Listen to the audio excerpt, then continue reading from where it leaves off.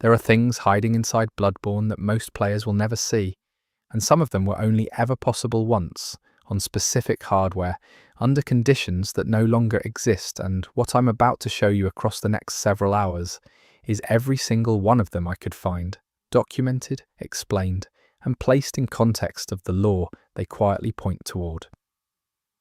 Before I move forward, I'm counting on you to support my channel by clicking that tiny subscribe button so that we can spread these amazing videos to folks like you around the world. Thank you. I want to be upfront about what this video is and why I made it. I've spent a long time going through Bloodborne, its cut content, its data-mined files, its patch history, and the testimonies of players who witnessed things that later patches erased. This isn't a definitive canon breakdown. It's an interpretation, a lore archaeology project. When I assembled the chapters, I made deliberate choices. I excluded a lot of the speedrunning overlap because that's been covered better elsewhere. I focused instead on lore-adjacent anomalies, those moments where the game seemed to behave in ways that suggested a different, older version of itself was still running underneath. One specific choice I want to flag. I reordered several of the cut content discoveries to present them thematically rather than chronologically, because when you see them in the order the community found them, the picture is harder to read. In this video, I've arranged them so the underlying design philosophy becomes clearer. Let's get into it. Chapter 1. The Old Yharnam Lantern that lit itself. Old Yharnam is a place the game treats as already over. You arrive after the fire, after the hunt, after whatever happened to the beasts who used to live there. The lantern at the district's entrance is one of the earliest fast travel points most players activate, and for the overwhelming majority of Bloodborne's history, it behaves exactly as expected. You touch it, it lights, you move on. But there exists a narrow window in the game's early patch history, specifically in versions predating patch 1.03, where players documented the lantern activating on its own, without player input, when certain audio triggers in the surrounding area played simultaneously. This wasn't a consistent event. It happened to a small number of players on launch hardware, and it was never reproduced after the patch that adjusted the district's ambient sound stacking. The reason this matters lorically is that Old Yharnam's design suggests it was once intended to be a much more active location. The item placement, the architectural layout, and the density of enemy variation in the area all point toward a district that was conceived with more moving parts. The self-lighting lantern, if that is what players genuinely witnessed and not a misremembering, would align with a broader pattern of interactivity that seems to have been stripped from the final release. Several enemies in Old Yharnam have animations and audio lines that never trigger under normal gameplay. The torch-wielding hunters there have a call and response audio system that, in the shipped game, only ever runs one side of the exchange. What this suggests is that at some point in development, Old Yharnam had a more dynamic internal logic. The hunters were meant to communicate, the environment was meant to respond, and the lantern activating itself could have been a remnant of that, a trigger that fired when it detected the right audio conditions that were present in early hardware builds but got cleaned up in post-launch patches. It is one possible reading. Another reading is simply that launch hardware had variable load times, and some players' games loaded a save state that re-triggered a prior session's input. But the number of independent reports across different players who did not know each other makes that explanation feel thin. Old Yharnam also contains a piece of geometry that no longer renders the same way it did at launch. There is a wooden walkway near the second fog gate, partially collapsed, where the collision mesh and the visible surface briefly diverged on certain television setups due to HDR processing inconsistencies in the day one firmware. Players who moved through this area reported falling through what appeared to be solid floor, landing in a geometry pocket below the visible map. This pocket contained no enemies, no items, and no scripted events, but it did contain a ceiling that was textured. Whatever was above the player when standing in that pocket was a fully rendered surface, which means it was designed to be seen from somewhere. The designers of Old Yharnam built something that was meant to be looked at from below. That is a strange choice for an area that is, canonically, ruined. It points toward an earlier version of the district where the player might have accessed that lower space deliberately, looked up, and seen whatever that textured surface was meant to represent. Given the context of Old Yharnam's lore, the burning of the district by Jura, and those who came before him, a subterranean chamber below the flame-ravaged streets fits within the thematic logic of the area. Things survived the fire by going underground. The geometry suggests the game once intended to show you what those things were. One of the strangest documented anomalies in this area involves the ambient beast sounds that play continuously throughout Old Yharnam. There is a low rhythmic exhalation looped into the environmental audio that most players process as background noise.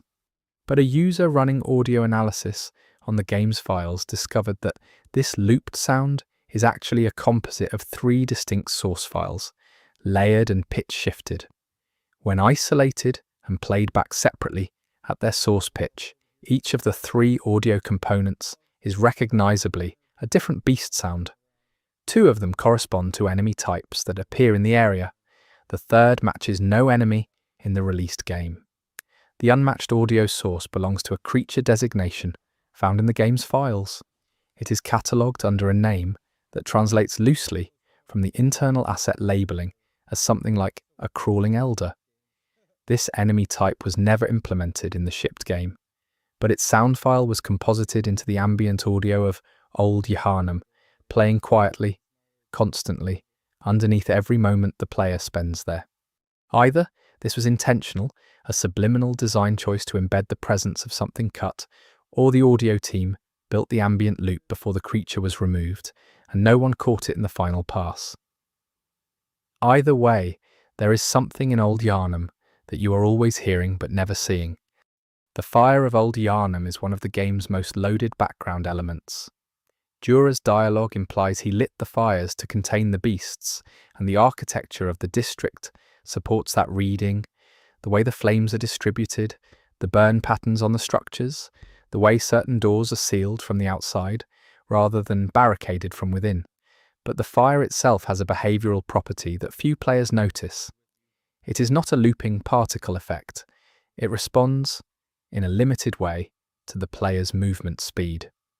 This is not a dramatic effect, it is subtle, but the fire's light radius calculation is tied to a proximity and velocity variable.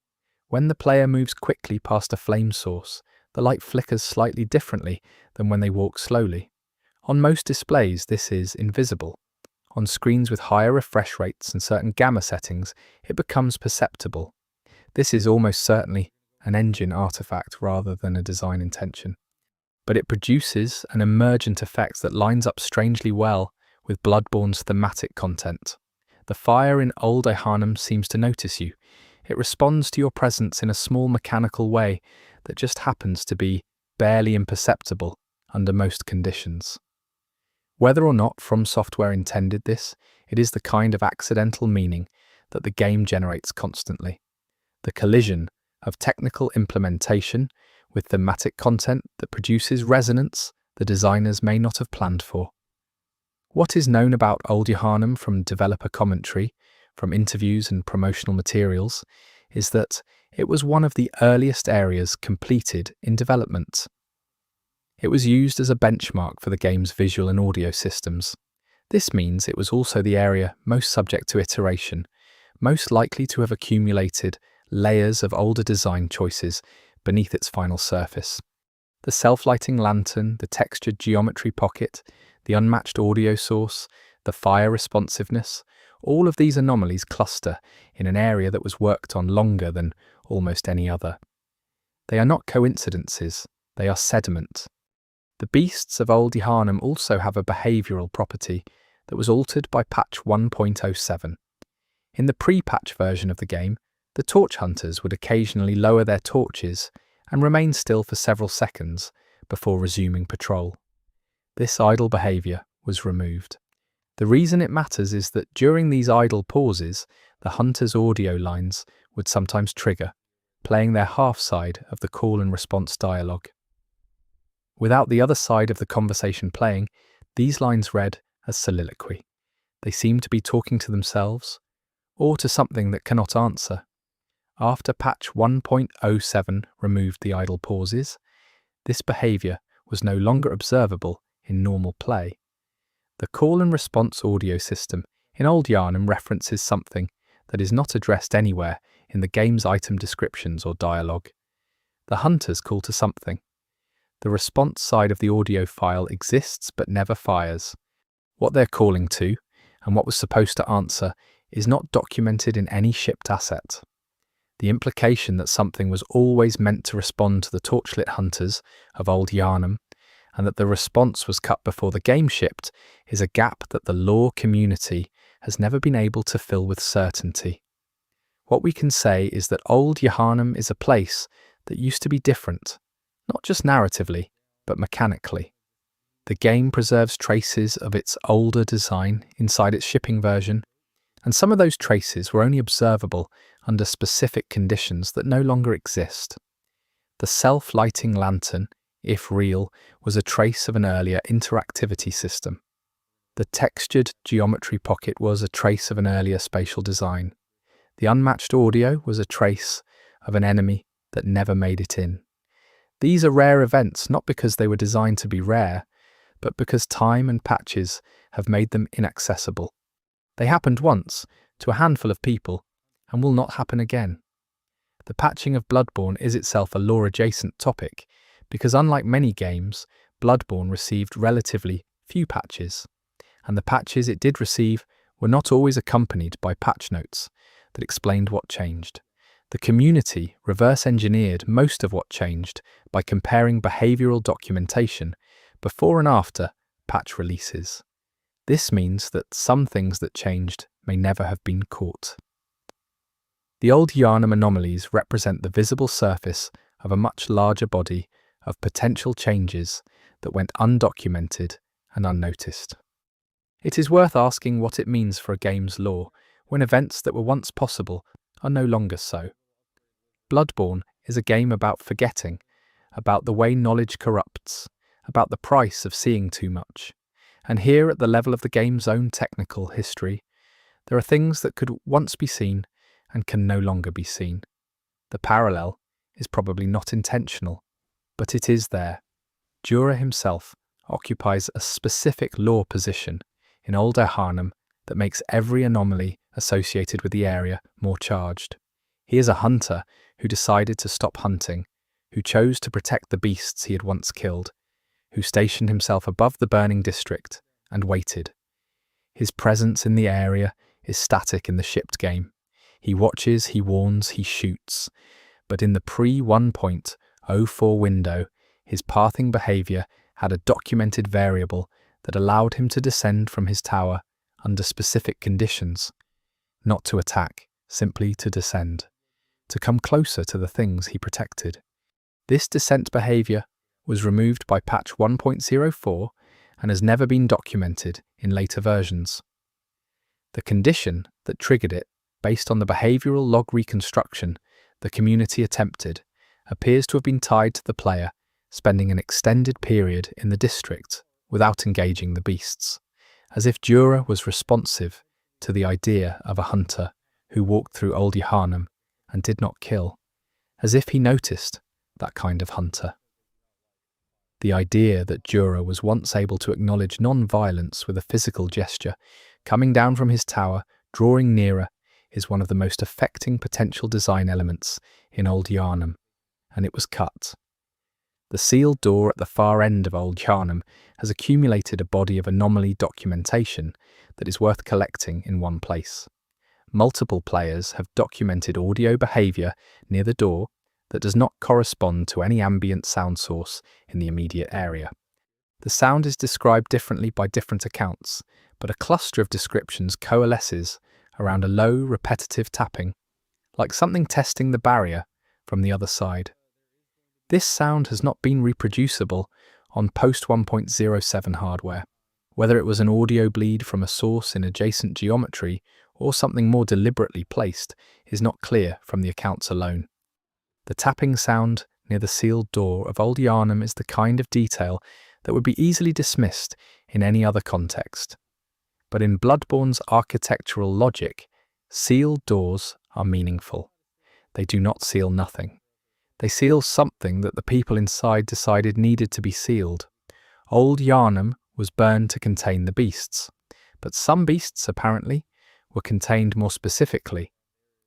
The sealed door suggests that whatever needed to be separated from the rest of the district was not simply the beasts in aggregate, but something particular, something worth building a door for. When Jura, in the pre-1.04 version, would descend from his tower under specific conditions, the direction of his descent pointed him toward the far end of the district, toward the sealed door. This is probably a coincidence of pathing geometry rather than scripted intention, but it is consistent. The one hunter who chose to protect the beasts of Old Yharnam, when given the behavioral freedom to descend, moved in the direction of whatever is behind the sealed door. And the sealed door, on early hardware, occasionally made a sound, as if something on the other side was aware it was sealed. The crawling elder in the audio composite, the creature whose sound plays in Old Yharnam's ambient loop, but who never appears in the game, is the likeliest candidate for whatever is behind that door. Its label in the game's internal asset system puts it in the Old Yharnam tileset group. It was built for this area, its audio was embedded in this area's ambient loop, and it was given a name that implies it is old. Older than the other beasts in the district, older perhaps than the fire that was set to contain it. If it is still there, behind the sealed door, it is what Jura has been guarding from both sides. And the tapping sound, if real, is its awareness of being guarded. The old hunters who operated in Yharnam before the church formalized the hunt had different practices, different tools, and different relationships to the beasts they fought. The church's hunting practices are systematized, tool-dependent, doctrine-governed. The old hunters seem to have operated with more variability, more individual judgment. Jura is the surviving representative of that older approach. His choice to protect rather than kill is not a pacifist aberration. It is the expression of a hunter who is trained to use judgment rather than doctrine, and who, after sufficient experience, judged that killing was not the right answer for what Old Yharnam had become. The lore of Old Yharnam, assembled from Jura's dialogue, from the item descriptions of things found in the district, and from the architectural evidence of how the fires were set and where the sealed door was built, suggests a history of containment decisions made under pressure. The district was not accidentally destroyed, it was deliberately sacrificed. The fire was a choice. The sealing was a choice. And Jura's vigil above the burning streets is the last living expression of whoever made those choices and what they believed they owed to the results. The anomalies in Old Yharnam are the residue of that history, surfacing through the game's technical layers into brief visibility before being patched away. The ambient audio of Old Yharnam, the three-layer composite that contains a creature sound without a creature, has one additional property that I haven't mentioned yet. The third audio source, the one labelled Crawling Elder, is not constant in the loop. It pulses. At irregular intervals, it increases slightly in volume before returning to its baseline. The pulse is too irregular to be a programmatic rhythm, which suggests it was either hand-authored, recorded from a real audio source with natural variation, or generated from a behavioral audio system that responds to an in-game condition.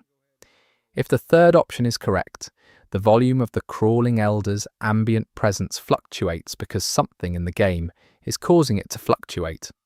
Something that happens irregularly in Old Yharnam is affecting the audio level of a creature that does not exist in the game.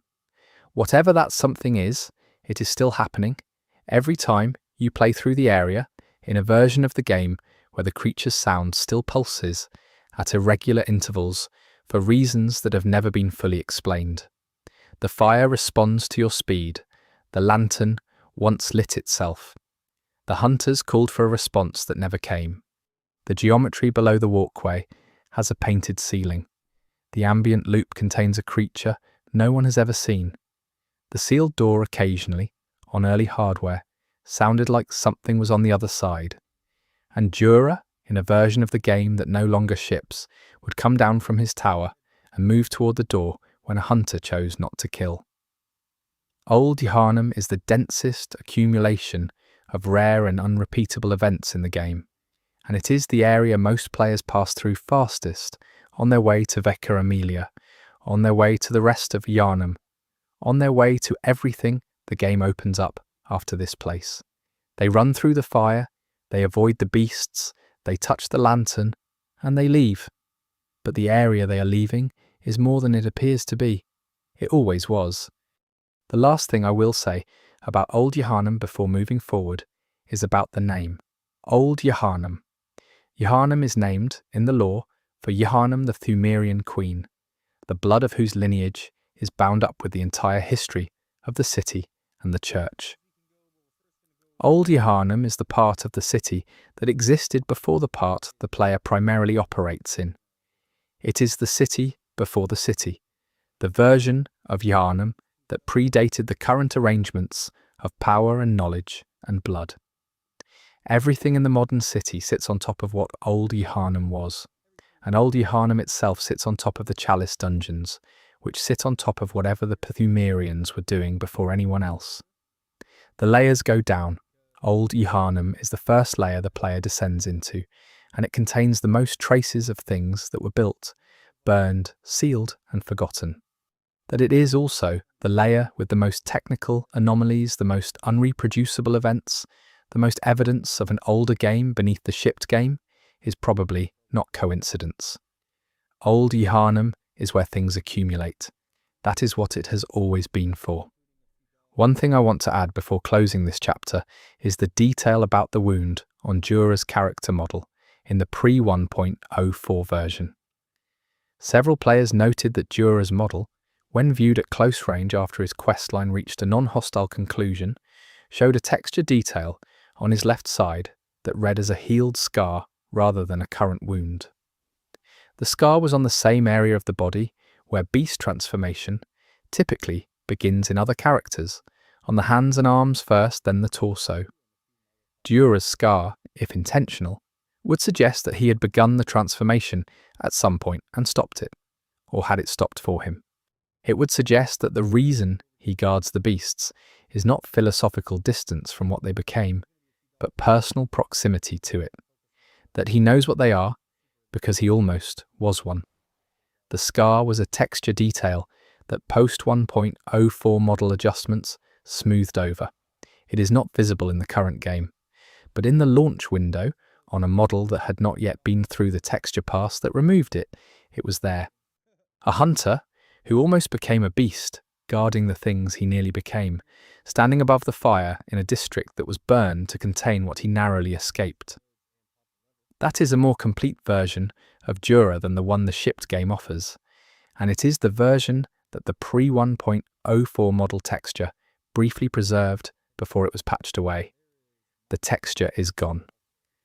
But the implication that Jura's relationship to the beasts of Old Yharnam is personal in a way the game does not fully state, is consistent with everything else the area suggests about him.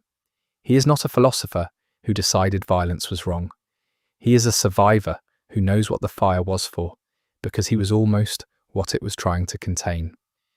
There are a few more items from Old Yharnam that I want to get through before we close this chapter fully, because the density of the area justifies the thoroughness. The item descriptions of things found in the district include several references to blood ministrations practiced before the church formalized the ritual. These pre-church practices are described in terms that suggest they were less controlled, more experimental, closer to whatever the Pthumerians were doing in the Chalice dungeons. Old Yharnam, in this reading, is not just the old part of the city. It is the part of the city where the blood was first used above ground, where the transition from underground Thumerian ritual to city-level practice first occurred. The church built on top of that. The fire that burned old Yharnam was not just about containing beasts. It was about containing evidence of where the blood practices came from before the church put its name on them. The healing church's authority in Yharnam is predicated on its exclusive claim to the blood. To control the blood is to control the city. Old Yharnam predates that control. It is the part of the city where the blood was used without the church's framework, before the framework existed. The fire, in this reading, was not just containment, it was erasure.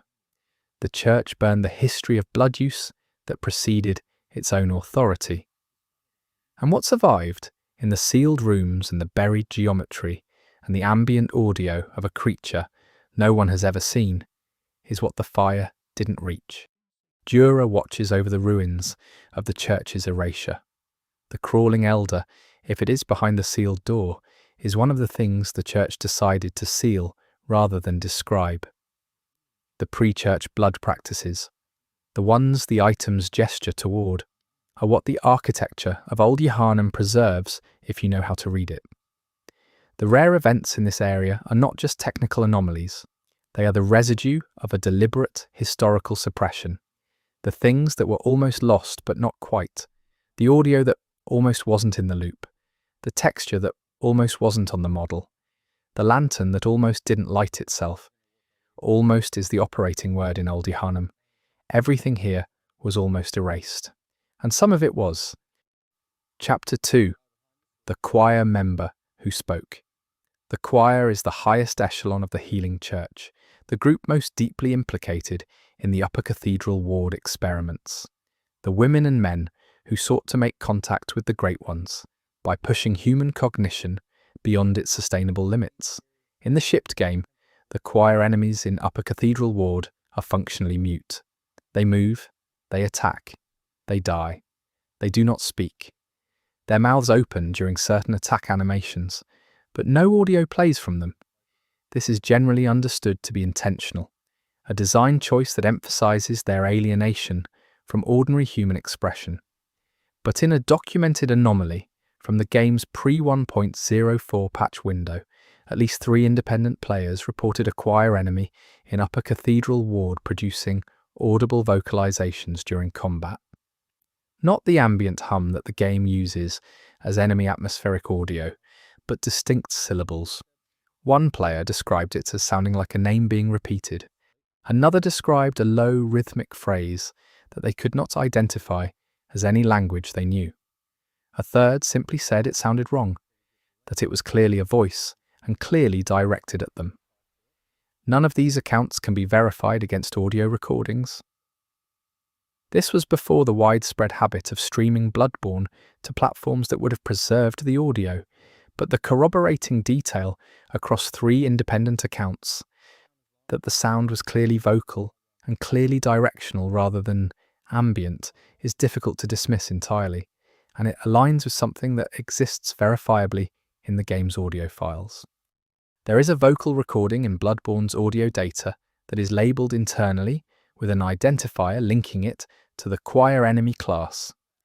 This audio file does not play in any known gameplay context. It is a voice, it produces syllables, and it was authored, meaning someone at From Software or at the audio contractor recorded a human voice for a purpose that was never implemented in the shipped game. The choir was meant to speak. At some point in development, they had lines. Those lines were recorded and are still in the data. They simply have no trigger conditions that fire in the current version of the game. The content of the audio file is in Japanese, and the translation that the lore community worked out, tentatively, and with the caveat that the syllables are partially obscured by processing, suggests something like an invocation. Not a name, not a threat, but something that functions grammatically like a ritual address. The choir enemy was recorded saying something that reads as directed toward an external recipient. They are speaking to something. In the audio file, which has no trigger and no in-game context, a choir member is in the middle of an address to someone, or something that the player in the shipped game is never shown. This is one of the pieces of Bloodborne lore that I reordered when assembling this video. The community discovered the audio file well before the player accounts of the vocalizing enemy became widely known, and when you encounter them in that order, the audio file feels like a curiosity, and the player accounts feel like misremembers of the ambient hum. But when you reverse the order, when you start with the testimony and then find the file, it becomes harder to dismiss. Someone heard a choir member speak. The audio data contains a choir member speaking. The connection is not proven, but it is there to be made. The Upper Cathedral ward as a whole is an area that seems to have been designed around a density of interaction that the shipped game does not deliver. The choir enemies, if they once spoke, would have been part of a space where the player was being addressed, warned, invited, or threatened by the inhabitants, rather than simply attacked. The architecture of Upper Cathedral ward supports this reading. The room layouts are not purely combat functional. There are areas that seem designed for encounter and conversation, for a slower kind of engagement that the shipped game replaces with standard enemy encounters. What this points toward is an earlier version of the Healing Church's upper echelons that was more dialogically active. The player was perhaps meant to understand the choir's perspective through direct exchange, to hear their justification for the experiments, their belief in what they were doing. The decision to strip that dialogue, to make the choir mute and hostile from the moment of encounter, is a design choice that radically changes the player's relationship to these characters. They become obstacles rather than believers, and the horror of what they did in Upper Cathedral ward becomes less complex as a result. The one choir member who, according to those 3 player accounts, briefly spoke during the pre-1.04 window represents a moment when the older version of the game surfaced. An audio trigger that was supposed to be dead-fired, or a patch that was supposed to silence these enemies, had not fully propagated, or something in the specific hardware and save state combination created a condition where the implemented but unsupported audio file played. Whatever the mechanism, the result was a choir member saying something that sounded like an invocation, directed at the player, in a room where 3 players on 3 separate occasions heard it. The Upper Cathedral ward has another anomaly connected to the choir that's better documented because it's observable in the shipped game under rare but reproducible conditions. The brain suckers that populate the outer area of Upper Cathedral ward have an idle animation cycle that, under specific camera angles and lighting conditions, makes their heads appear to track the player independently of their body orientation. This is almost certainly a rendering artifact related to how the head hitbox and the gaze detection variable interact at certain distances. But the effect is striking. The brain sucker is looking at you before it knows you're there. This connects to a broader pattern in Bloodborne's enemy design that I think goes underexplored. Several enemies in the game have behavioral or visual properties that suggest awareness of the player at moments when, mechanically, they should not yet be aware. The brain sucker's apparent pre-tracking is one instance. The choir enemy's vocalizations, if real, would be another, since the account suggests the speech occurred during combat rather than at detection. But the phrasing described sounded like something being said to someone already known, as if the choir member was not surprised to encounter the player, as if the player's arrival had been anticipated. The lore implications of this are interesting, given what we know about the choir's relationship to forbidden knowledge and the manipulation of perception. These are people who sought to expand human cognition into contact with the Great Ones. The idea that they might have a foreknowledge of events or that they might have been designed to behave as though they do fits within the thematic logic of the area, whether it was intentional or emergent from rendering artifacts and misfired audio triggers is almost beside the point. The effect is there. The implication is consistent. One of the most significant lore pieces associated with Upper Cathedral ward is the Astral Clock Tower, which is accessible via the Old Hunters DLC and provides a perspective on what the choir's experiments were ultimately aimed at. The choir's goal was contact, was elevation, was the transformation of human cognition into something capable of perceiving a higher order of reality. The enemies you fight in Upper Cathedral Ward are the results of attempts that went wrong, or went right, depending on how you interpret what they became. The choir member who spoke, if they spoke, would have been somewhere in that process, not yet transformed, still capable of language, but already changed enough to say something that sounded like an invocation rather than a warning. The muting of the choir in the shipped game produces a specific kind of horror that is arguably more effective than dialogue would have been. You cannot understand what happened to these people through exchange. You can only observe the outcome, but the stripped dialogue, the audio file that exists but never plays, suggests that at some point From Software considered giving players a more complicated relationship to these characters. The choice to remove that complexity is a design decision with significant lore implications. It changes what the choir is. It makes them purely victims or purely monsters, when the audio file suggests they saw themselves as something more. There is a space in Upper Cathedral Ward that is only fully illuminated under very specific conditions involving the player's equipped items and the room's base lighting value. Most players pass through it in partial darkness.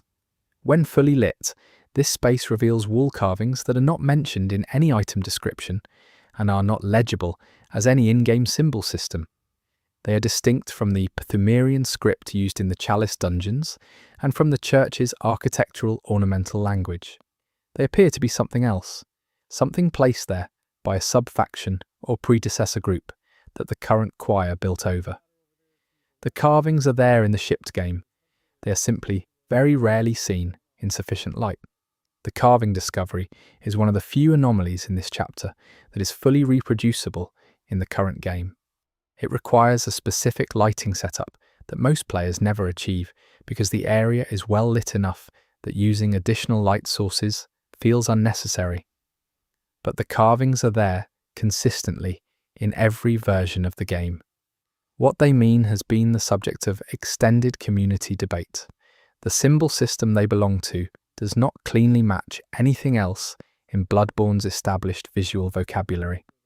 The closest analogue is a set of notations found in the Forbidden Woods, which are generally interpreted as belonging to a pre-church research tradition that the church later absorbed and classified. If the Upper Cathedral Ward carvings belong to the same pre-church tradition as the Forbidden Woods notations, the implication is that the space the choir uses for their most advanced experiments was once a site of older, different research. The church built its most secret facility on top of something that was already secret. Whatever the earlier occupants of that space were doing, they left marks on the walls that the choir either chose not to remove or did not recognize as meaningful. In a building full of people trying to contact higher intelligence, it is strange that they left undisturbed a set of symbols that they apparently could not read. The chapter about the choir is not complete without acknowledging what the DLC adds. The music box, which is a key item in the base game connected to a hunter who was transformed, resonates in Upper Cathedral Ward in a way that produces an audio effect not present anywhere else in the game. Playing the music box in the choir's territory causes a brief interference pattern in the ambient hum of the area. This is almost certainly an audio engine coincidence. The music box's audio frequency clipping against the choir's ambient layer, but it produces a sound that, for a fraction of a second, resembles the vocal pattern of the unimplemented choir audio file. Again, this is almost certainly coincidence, but it is the kind of coincidence that is very difficult to unhear once you have noticed it. The choir member who spoke represents the same category of event as the self-lighting lantern in old Yharnam, something that happened briefly that pointed toward an older version of the game, and that is no longer reproducible. The difference is that in old Yharnam the evidence is geological, buried in patches and geometry. In Upper Cathedral Ward, the evidence is still present in the audio data. The choir member's voice is still in the game's files. It simply has no way to reach you anymore. What I find most compelling about this chapter is not the individual anomaly, but the pattern it suggests. Bloodborne is a game that was built at some point in development to include more voice, more exchange, more legible humanity in the enemies the player fights. The decision to strip that and replace it with muteness, with animality, with pure behavioral hostility, produced a different and arguably more effective horror. But it also produced a game with a different relationship to its own lore. The older version of Bloodborne, the one with speaking choir members and call and response hunters and whatever else was stripped in the final months of development, would have told its story differently. We can only access that version through its residue, through audio files with no triggers, through accounts from players who were there when the residue briefly surfaced. The game we have is the one that emerged from all those choices. It is extraordinary. But the ghost of the game, it also persists in the data, in the geometry, in the 3 people who heard a choir member say something like a name. The invocation in the unimplemented audio file is addressed to something external to the speaker. It is a ritual address, something the choir member is calling toward. And the voice is still there in the data, still mid-invocation, still waiting for whatever it was calling to respond. The response never comes, but the call is still being made, silently, in every copy of the game that was ever pressed and shipped. There is one more detail in Upper Cathedral Ward that connects to the choir's vocal anomaly in a way I want to flag before moving to the next chapter. The choir enemies have a death animation that, under normal frame rate conditions, goes past too quickly to notice clearly.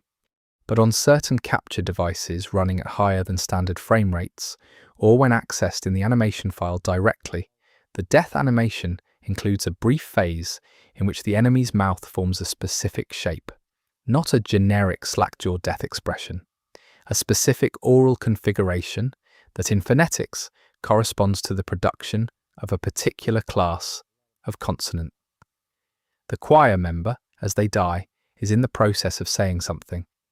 The animation was authored to include the physical production of a word. The word begins with a sound that the community's phonetic analysis has tentatively identified as either a specific phoneme from the Japanese source language or a near match in the reconstructed Pythumerean speech patterns that one community researcher built from item text fragments. Either way, the choir member is dying saying something, and whatever they are saying begins with the same phonemic class as the word in the unimplemented audio file. They were always trying to say it, even in death. The speech was never removed from the animation, only from the audio. The mouth still forms the word. The sound never comes. This is, I think, the most complete summary of what Upper Cathedral Ward is at the level of its rare and unrepeatable events. The things that were designed to be said are still in the design. The triggers that would make them audible were removed. The choir stands in their transformed state, and their mouths form words and nothing comes out. They are still speaking. The game just cannot let you hear them. There is a secondary anomaly in the brainsucker encounter that I want to address before leaving this chapter. The brainsuckers in Upper Cathedral Ward, specifically the ones in the room immediately preceding the workshop access point, have a behavioural property that was documented in the pre-1.05 patch window involving their response to the choir's ambient audio. When a choir member's ambient hum was within range, and the brainsucker was in its idle state, the brainsucker would orient toward the choir member. Not in an aggression state, not in a detection state, in a posture that the community described as attentive. The brainsucker was listening to the choir. This orientation behaviour was removed in patch 1.05's enemy behaviour pass. But it suggests that in the earlier version of the area, the enemies had relationships with each other that the shipped game does not express. The brainsuckers listened to the choir. The choir addressed something external to themselves. And somewhere in the hierarchy of what was being communicated, there was a recipient for the invocation that was still in the data but no longer audible. Upper Cathedral Ward was designed as a space where knowledge was being transmitted, where the results of extreme research were walking the halls, and where the hierarchy of that research was expressed in how the various transformed inhabitants related to each other. The muting of the choir removed the most explicit layer of that transmission. What remained was behavioural and visual, the orientation, the pre-tracking, the carvings on the wall in insufficient light.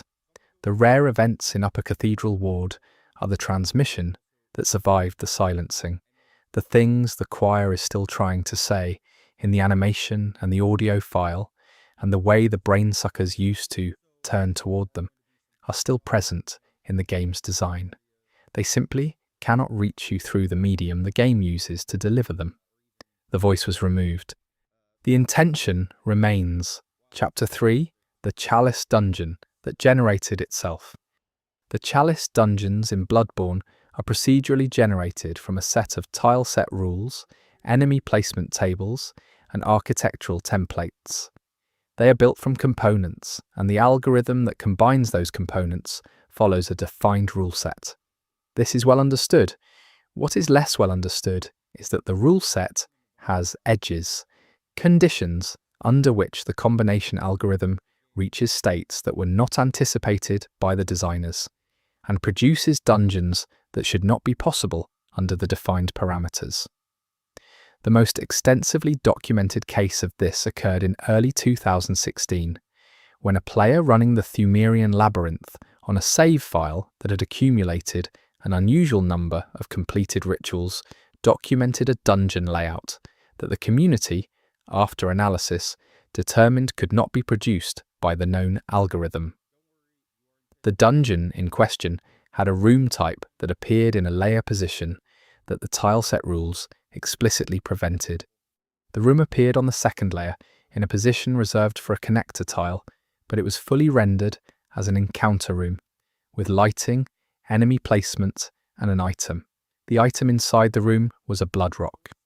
Blood rocks are among the rarest items in the game. Their appearance in an encounter room in a position that should have been a connector tile, in a dungeon that should not have been able to generate that configuration, is the anomaly's most legible component. But what makes it truly strange is the room itself. The encounter room that appeared in the connector position used a wall texture set that, according to the dungeon generation documentation that the community reverse-engineered, was reserved for the deepest layers of the root Thumerian dungeons. It should not have appeared in a standard Thumerian labyrinth. Its texture set belonged somewhere older, somewhere lower. But it appeared on layer 2 because the algorithm reached a state it was not supposed to reach, and pulled from a template pool it was not supposed to have access to.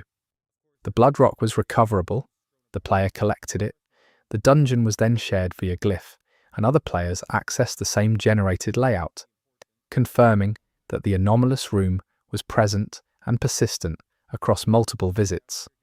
It was not a rendering artifact. It was a real room that should not exist, generated by an algorithm that should not have produced it, containing a texture set that should not have been available, holding an item that should not have been there.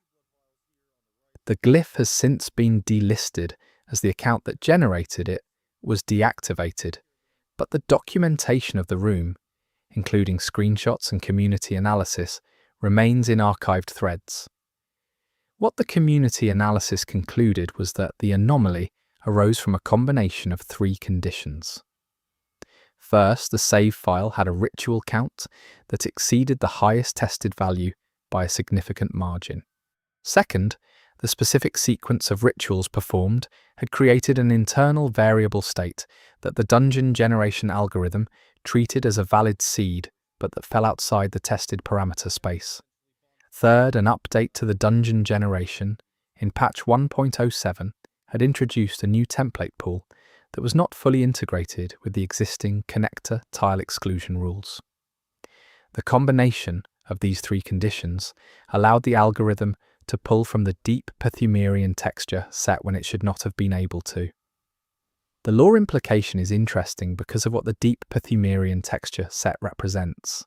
These are the textures that dress the oldest, most deeply buried sections of the dungeons, the sections that suggest a civilization predating even Cthulhu's established history. The room that appeared in the connector position of a standard labyrinth was dressed in the architecture of something much older. It appeared where it should not have been. It looked like it came from somewhere much deeper, and it contained one of the game's rarest items. If you were inclined to read this as meaningful within the game's fiction, it would look like something from the deep places briefly surfacing into a shallower layer. The Chalice Dungeon's relationship to depth is one of the game's most explicitly developed themes. You descend. The deeper you go, the older things become. The enemies change, the architecture changes, the items change. Depth is age in the Chalice Dungeons, and age is proximity to whatever the Cthulhuian civilization was trying to reach. The anomalous room that appeared too shallow, that brought deep architecture into a shallow layer, mirrors something that the game describes repeatedly in its item texts. The Great Ones move between layers. They surface where they should not. They appear in places that, by the logic of depth and age, should be too shallow to contain them. Whether the blood rock in that room was placed by the algorithm as part of the deep Cthulhuian template, or whether it appeared as a consequence of the same seed state that produced the anomalous room, is not something the community was able to determine. What is clear is that the room and its contents arrived together, as a unit, pulled from a part of the generation system that was not supposed to be accessible at that depth. The architecture came with an item. The item belonged to the architecture, and the whole package appeared somewhere it should not have been. Since patch 1.09, the conditions that produced this anomaly have not been documented again. The ritual count variable has a cap that was not present in 1.07, and the integration issue with the deep template pool was addressed. It is possible to perform the same ritual sequence on a modern version of the game without reproducing the result. The room existed during a specific window of the game's life cycle, accessible to anyone who had the glyph, and then the glyph deactivated and the window closed. It generated itself once, and it will not generate itself again. There are other documented cases of anomalous Chalice dungeon generation, though none as extensively corroborated as the Deep Room case. Several players have reported encountering enemy placements that should not be possible under the known placement rules, specifically enemies from later layers appearing in early layer positions. These reports are harder to evaluate because the placement rules are less exhaustively mapped than the room template rules. It is possible that what looks like an anomalous placement is simply an undocumented valid placement that the community's reverse engineering missed. But one category of enemy displacement report is harder to explain away. A handful of players documented encountering a Lauren Dark Beast in a Cthulhuian dungeon. The Lauren Dark Beast is architecturally associated with the Lauren Chalice set and should not appear in Cthulhuian dungeons. Its appearance table does not include Cthulhuian tile sets. If these accounts are accurate, the algorithm was pulling enemy types from incompatible tile set tables, which would represent the same kind of parameter edge case that produced the Deep Room anomaly. The Lauren Dark Beast accounts are from 2015, predating the better documented anomalies, and they are single-player reports without glyph corroboration. But they suggest that the generation algorithm's edge cases were more extensive than the later documentation implies. The Chalice dungeons, as a lore space, are consistently underexplored relative to the overworld. This is partly because they are optional, partly because their item text density is lower than the overworld's, and partly because the procedural generation makes it harder to build a stable cartography of the space. But the dungeons contain some of the game's most significant lore pieces, specifically everything related to the Cthulhuians, to Yharnam the Queen, and to the original ritual context of the blood ministrations. The deepest layers, the ones that the anomalous room briefly surfaced from, are the ones that explain why Yharnam exists, why the church is the way it is, and what the blood actually is. The Pthumerians, as far as the lore allows us to reconstruct them, were a civilization that discovered something in the earth below. Their dungeons are the archaeological record of a people who went down repeatedly, who built infrastructure around the act of descent, who maintained ritual frameworks that allowed them to interface with whatever they found at the bottom. The Church learned from this tradition. The blood ministrations are a formalized version of what the Pthumerians did less formally, and the chalice dungeons themselves are not just the ruins of that civilization. They are the interface the civilization built, still functional, still generatable, still producing rooms from their template library whenever a hunter performs the ritual and descends.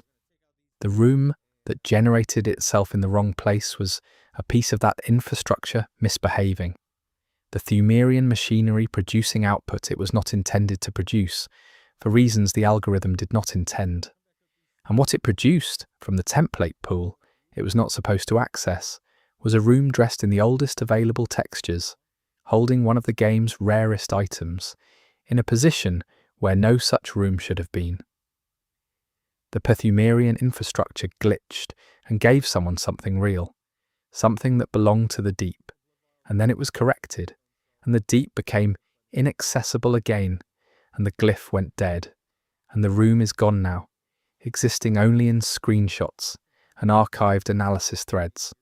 The generation algorithm for the chalice dungeons is also the source of another documented anomaly class, less dramatic than the deep room case, but persistent across a larger player base. Several players have documented dungeon layouts where the boss room has no boss.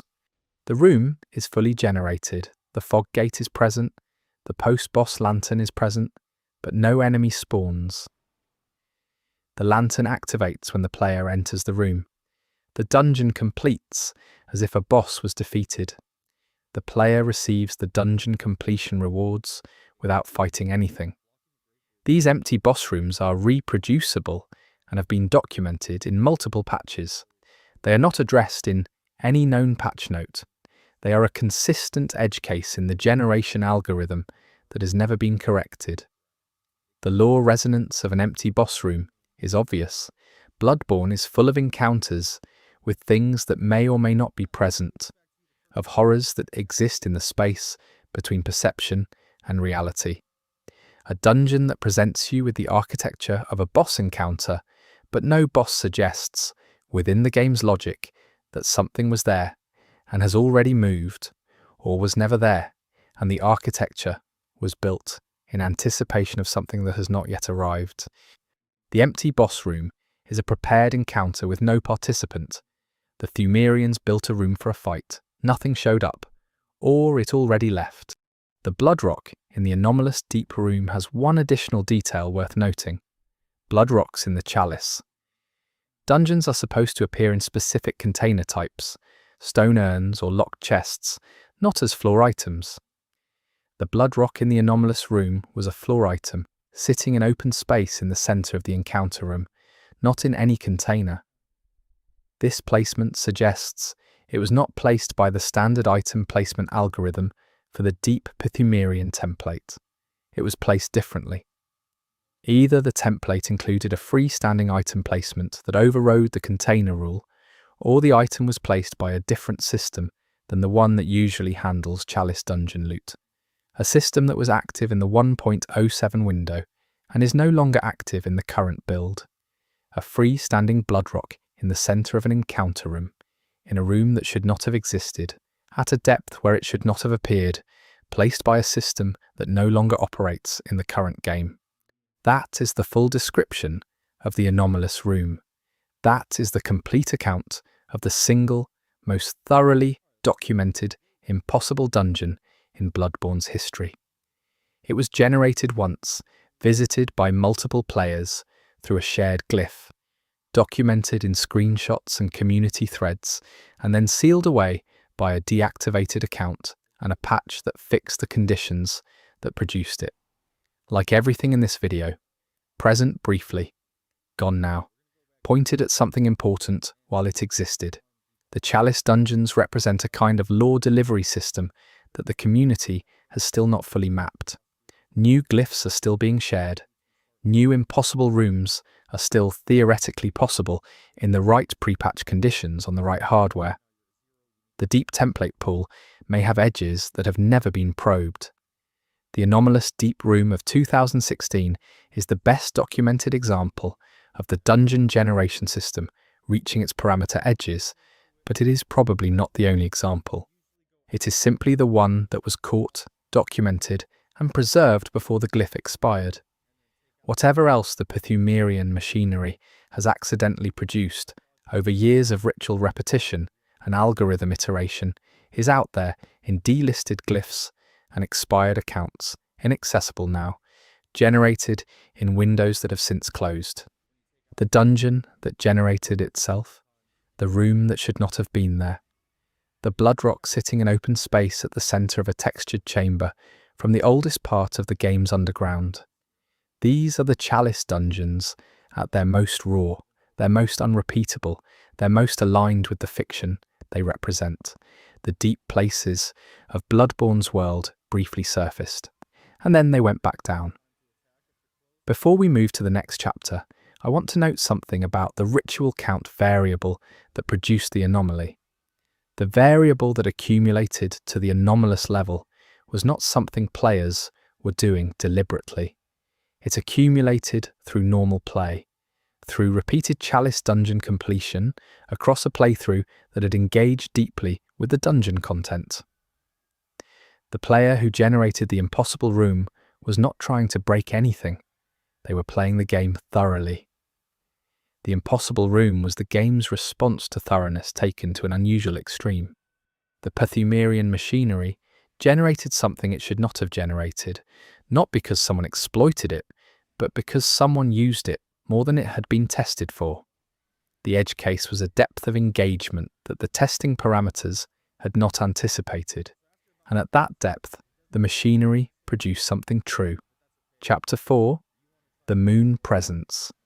Before the Moon Presence is the endgame entity in Bloodborne, the great one that has been sustaining the hunter's dream, maintaining the endless night and orchestrating the cycle of blood and hunt that defines the game's central loop. You encounter it at the end of the standard ending path, and its design is one of the game's most discussed elements. But what most players do not know is that the Moon Presence has documented behavioural states that do not occur in any shipped ending sequence, states that suggest it was once meant to appear earlier in the game, in a different context with different mechanics. The evidence for an earlier Moon Presence encounter begins in the data. The Moon Presence's AI file contains behavioural states that are not invoked by any trigger in the shipped game. These states include a passive tracking behaviour, a withdrawal behaviour, and what the community has labelled a watch state, a condition in which the entity's model is present but inactive, simply observing. None of these states fire during the Hunter's Dream encounter. They were implemented and never used. Something, somewhere in an earlier version of the game, was supposed to cause the Moon Presence to watch. The passive tracking behaviour is particularly interesting. In the shipped game, the Moon Presence is either in combat or it is not present. There is no middle state, but the implemented passive tracking behaviour describes a condition in which the entity moves toward the player without entering combat, maintaining a set distance and not triggering its attack patterns. This is a behaviour designed for an encounter where the Moon Presence approaches but does not attack, where it gets close enough to be perceived and then holds. In the shipped game, this never happens. But someone coded it. Several players in the pre-1.05 patch window reported visual anomalies in the Hunter's Dream during the late game that they described as peripheral presences, large shapes visible at the edges of the dream space that disappeared when looked at directly. These reports correlate loosely with the late game period when the moon is visually present above the dream, and they are distributed across multiple players who did not share accounts at the time. The descriptions are consistent in one detail. The shapes they saw were upright and large, visible for a second or two at the edge of the frame, and then absent when the camera was turned toward them. Whether these peripheral shapes were rendering artifacts, screen reflections, or something that the game was actually producing is not something that can be verified. But the passive tracking behavior in the Moon Presence's AI file describes exactly this kind of encounter. The entity present at a distance, moving toward the player, not entering combat. If the passive tracking behavior was once triggered during late-game Hunter's dream visits, the peripheral shape reports would be its visible expression.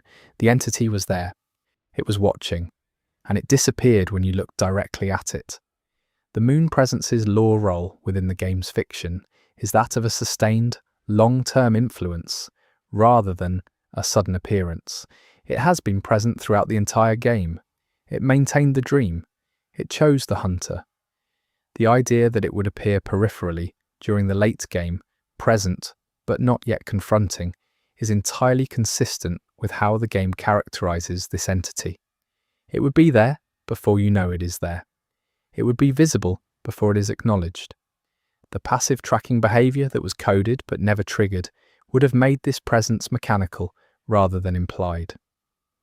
The decision to remove, or never implement this behavior, to make the Moon Presence's first tangible appearance, the direct confrontation at the end, is a significant narrative choice. It means that players experience the entity only as an antagonist, only as the final obstacle. The version of the encounter that would have involved peripheral visibility during the late game, the Moon Presence, watching you progress, would have made the final confrontation feel more like a relationship reaching its conclusion. You would have known something was there. You would have felt it, and then at the end, you would have seen it clearly.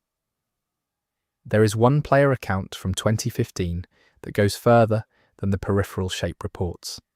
This player describes visiting the hunter's dream after defeating Mikolash and experiencing a full-frame visual intrusion, a large pale shape that was visible at the center of the screen for approximately 2 seconds before the game appeared to crash and reload to the dream lantern.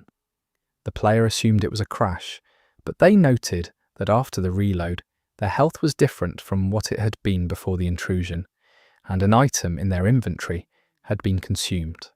If the game had simply crashed and reloaded, the health and inventory state should have matched the last autosave, not an intermediate state. This could be explained in multiple ways. Inventory and health discrepancies after a crash are not unheard of due to autosave timing. The visual intrusion could have been a rendering spike on aging hardware, a full-screen flicker that the player's perception assembled into a shape. These are reasonable explanations, but the player's account also notes that the shape they saw, briefly, at the center of the screen was facing them. It was oriented toward them. Whatever they saw or thought they saw was looking back. The Moon Presence in Bloodborne is an entity that the game frames as the boundary condition of everything the player does. It is the reason the dream exists.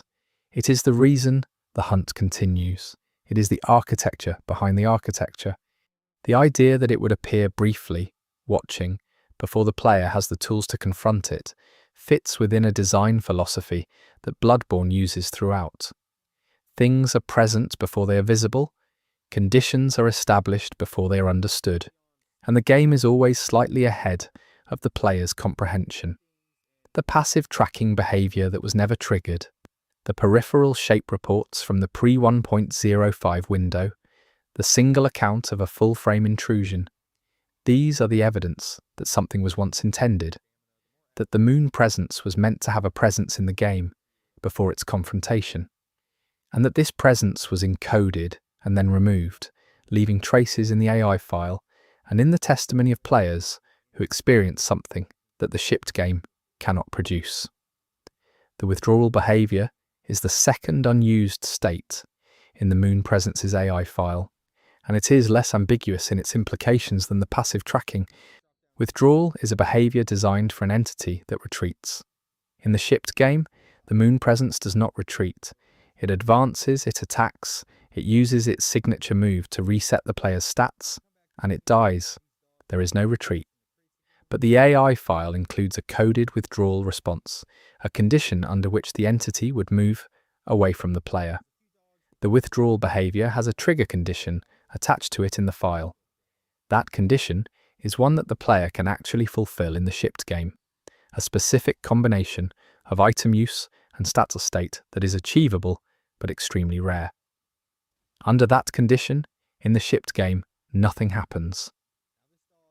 The withdrawal behavior does not fire. But the trigger is there, it is just disconnected. Something in an earlier version of the game's final encounter was supposed to cause the moon presence to withdraw.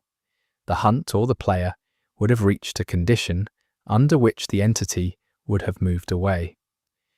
The lore implications of that are significant. An entity that could be made to retreat would be a different kind of threat than one that can only be killed. It would suggest that the final confrontation was once designed to have multiple possible outcomes, not just victory or defeat. You could drive it back without destroying it. The hunt could end with the moon presence still present, simply retreated, the dream possibly still functional, the cycle possibly incomplete, rather than concluded. This would have been a fourth resolution to the game's ending logic. Not the dream's end, not escape, not transformation, but a stalemate. A hunter capable enough to force withdrawal, but not to end the cycle. And the item and stat combination that triggers the withdrawal behavior is achievable without a modified save file, using only items available in the shipped game. Which means someone who found this trigger in the current game and assembled the right inventory in the right state would stand in the final encounter, meet the moon presence, and have their finger on a behavior that no longer fires. They would hold the key to a door that was quietly uninstalled, and they would never know. The moon presence's visual design is worth discussing in the context of these unused behaviors because the design itself suggests something that the shipped encounter does not fully express. The entity looks like something that has been present for an extremely long time. Its form suggests accumulated observation rather than recent arrival. The way its body is structured, the proportions, the movement economy, gives it the visual character of something that watches more than it acts, that waits more than it pursues. The passive tracking state, the watch state, the withdrawal, all of these behavioral codings are more consistent with that visual design than the full aggression final boss encounter that the shipped game delivers. The shipped game's moon presence is a truncated version of what the design implies. The design implies an entity that observes, that tracks from a distance, that can be forced back under the right conditions. The implementation delivers an entity that simply attacks. The behavioral file preserves the full version of the design. The shipped encounter implements only a piece of it. And the rare events that let players glimpse the rest, the peripheral shapes in the late-game dream, the full-frame intrusion, the testimony of those who were playing in the window when the watch state briefly fired, are the only records of the complete moon presence that was once intended. The moon is still above the hunter's dream. It was always above the dream. And somewhere in the AI file, in the section of code that describes how the moon presence behaves when it watches, the behavior still exists, still coded, still waiting for a trigger that no longer connects to anything. The watch state is perpetually active in the file. The entity is perpetually in the act of watching. It simply cannot show you that it is watching anymore. The watch state fires into nothing. The eyes are open. You just cannot see them. There are a few additional details about the moon presence that I want to cover before this chapter closes, because they connect to the watch state in ways that the community has not fully articulated. The first is the music that plays during the moon presence encounter. The track is powerful, dramatic, appropriate, but the game's audio system includes a secondary music state for the moon presence encounter that does not play during the shipped fight. This secondary state is quieter, slower, less combative in tone. It is closer in character to the ambient music of the hunter's dream than to the boss fight music that plays in the shipped encounter. It is music designed for proximity without combat, for the entity being near the player in a non-hostile state. It is the music for the watch state, and it has never played in any shipped version of the game. The second detail is that the Moon Presence's model includes a set of secondary animations that, like the choir member's death animation, are authored but never play during the shipped encounter. These animations include a still observation pose in which the entity is upright and not moving, oriented in a specific direction. The still observation pose was animated. Someone spent time creating an animation for the Moon Presence, simply standing and watching. It is in the model file. It never plays, but it was made with the same care as the animations that do play, which means it was made with the expectation that it would be seen. The Moon Presence in the game from Software Shipped is the final boss. In the game that the behavioral file, the secondary music state, and the unused animation suggest existed at some point in development. It was something that could watch you from the edge of the dream, that could approach without attacking, that could be driven back under the right conditions, and that had its own quiet music for the moments when it was simply present with you. The gap between those two versions of the entity is where some of Bloodborne's most interesting, unresolved lore lives, and the players who, briefly, in the pre-1.05 window, saw something large and peripheral that disappeared when they turned to look, were the last people to see any part of that other version. Chapter 5. The Hunter That Wasn't You. From the beginning of Bloodborne, the player character is framed as a newcomer. You arrive in Yharnam by choice or by mistake. You sign a contract, and you enter a hunt that has been going on long before you arrived. The game is full of other hunters: Eileen, Alfred, the hunters in the Nightmare, the old hunters in the DLC. These characters each have defined histories and defined endpoints. But there is one hunter whose history is less defined, whose endpoint is more ambiguous, and who appears in the game in a way that has generated more documented anomalies than any other NPC. This hunter is Henrik. Eileen's former partner, once a great hunter, now compromised by blood intoxication and sent to kill the player if encountered under specific conditions. Henrik's lore is sparse. His equipment is distinctive. His behaviour, when he appears as a hostile NPC in the Tomb of Eden, has a number of documented properties that do not match the standard hostile NPC behavioural profile. The most thoroughly documented of these is a pathfinding behaviour that appears to model awareness of the player's position through walls. Standard hostile NPCs in Bloodborne use a line-of-sight detection system with a supplementary audio detection radius. Henrik's detection model, in the pre-1.06 version of the game, included a third variable that the community labelled residual tracking. Under certain conditions, specifically when the player had been in Henrik's proximity without triggering detection and then moved behind cover, Henrik's pathing would update toward the player's last known position rather than defaulting to patrol. This behaviour made him appear to know where you had been, even when he could no longer see or hear you. Residual tracking of this kind is not unusual in enemy AI. Many Souls Engine games use a last known position variable in their detection system. What made Henrik's version notable was its duration. His last known position variable persisted for longer than the standard enemy profile, and it updated more frequently. He would track a last known position for a period that significantly exceeded what any other enemy in the game used. And in some documented cases, he tracked a position that the player had not occupied during the current encounter, but had occupied in a previous visit to the area. The implication is that Henrik's AI retained information across session boundaries in a way that standard enemies did not.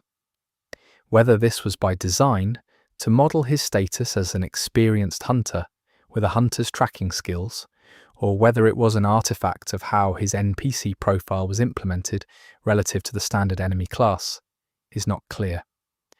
But the behavioural result was a hostile NPC who appeared to remember where you had been before, who seemed to have a history with the player that the game's narrative did not describe. Several players in the early months of the game's release reported that Henrik's behaviour during the Tomb of Udin encounter included pauses in which his model would become still, and he would produce a low audio tone that resembled the breathing loop used for player characters in heavily burdened movement states. He would breathe with the cadence of someone exhausted, or someone who had been hunting for a very long time. This audio behaviour is not documented in his standard enemy profile and has not been reproducible since patch 1.06 adjusted his NPC parameters. But multiple independent accounts describe it, and the detail they converge on, the exhausted breathing, the way it made the encounter feel like confronting a version of the player character rather than an enemy, is consistent across those accounts. Henrik is, in many readings of the lore, what the player character is at risk of becoming. A hunter so deeply blood-drunk that the hunt has become indistinguishable from madness. His history with Eileen mirrors the player's relationship with the hunter's dream, a long partnership with something that is sustaining and corrupting simultaneously. The encounter in the Tomb of Udin, where he must be killed, is a possible future made present, and the behavioural anomalies that players documented in his early implementation, the extended tracking, the cross-session position memory, the exhausted breathing, all of them reinforce that reading. He is a hunter who has been at this too long, and the game, for a brief window, made that legible in his mechanics. The cross-session position memory is the detail I find most compelling about Henrik's pre-1.06 behaviour. If Henrik's AI retained the player's position from a previous session, it would mean that the game preserved a variable beyond the scope of a single encounter. Bloodborne's enemy AI does not typically do this. Enemies reset on area re-entry. Their states do not carry forward. Henrik's behaviour, if the accounts are accurate, was an exception.